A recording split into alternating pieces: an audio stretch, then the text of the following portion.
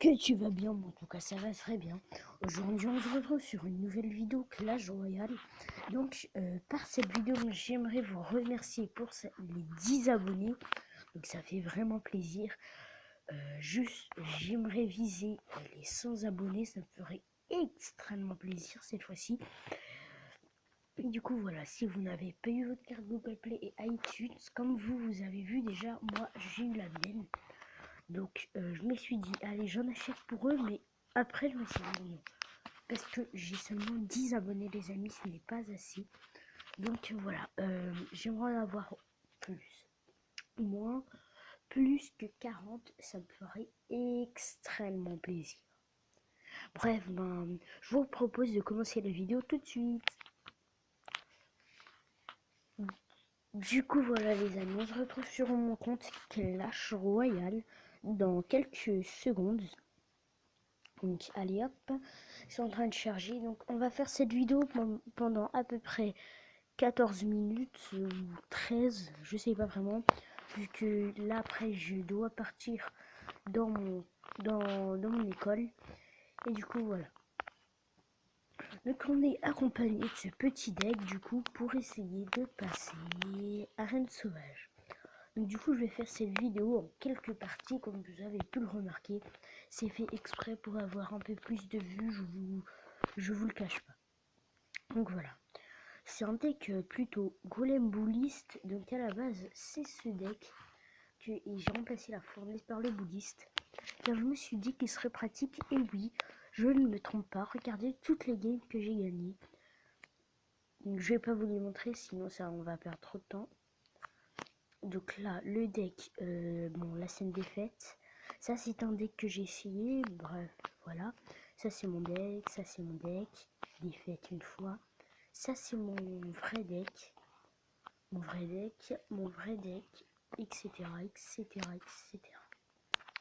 Du coup, je vous propose de faire la game bouliste avec le bouliste tout de suite. Donc voilà, pour ceux qui ont le mineur, je vous conseille de remplacer l'électro-sorcier et le sorcier des glaces par un sort de zap, ici, et des gargouilles, ici. Les gargouilles sont très pratiques, hein. Très pratiques pour voilà, pour contrer un peu les petites troupes, notamment la Valkyrie, etc.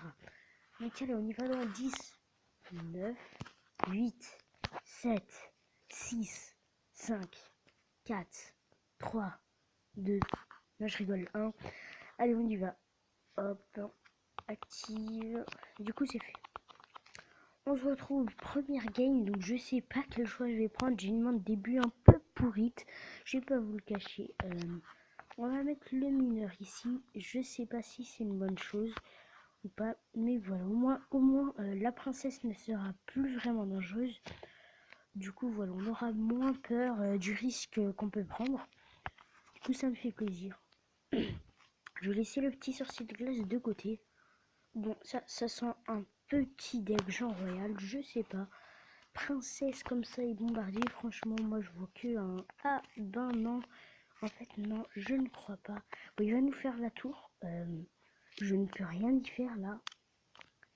Je ne peux absolument rien y faire. On va mettre fléchette. Hop. Du coup, on est tranquille pour sa petite princesse. Hop là.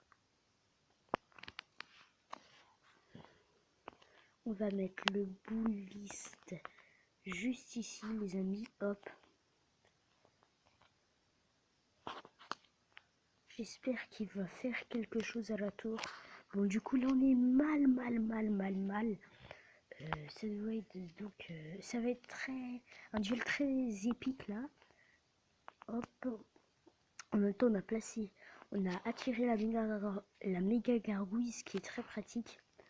Quand on attire une carte aérienne, je vous dis que ça change la game. Donc une carte aérienne, ça peut être le dragon de l'enfer, vraiment. Je voulais vraiment parler de cette carte parce qu'elle est très dangereuse. On ne sait pas si l'homme la joue, enfin l'homme, celui qui joue la joue bien la carte.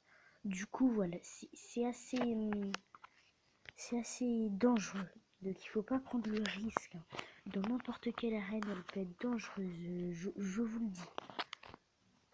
Bref, hop, on met ça.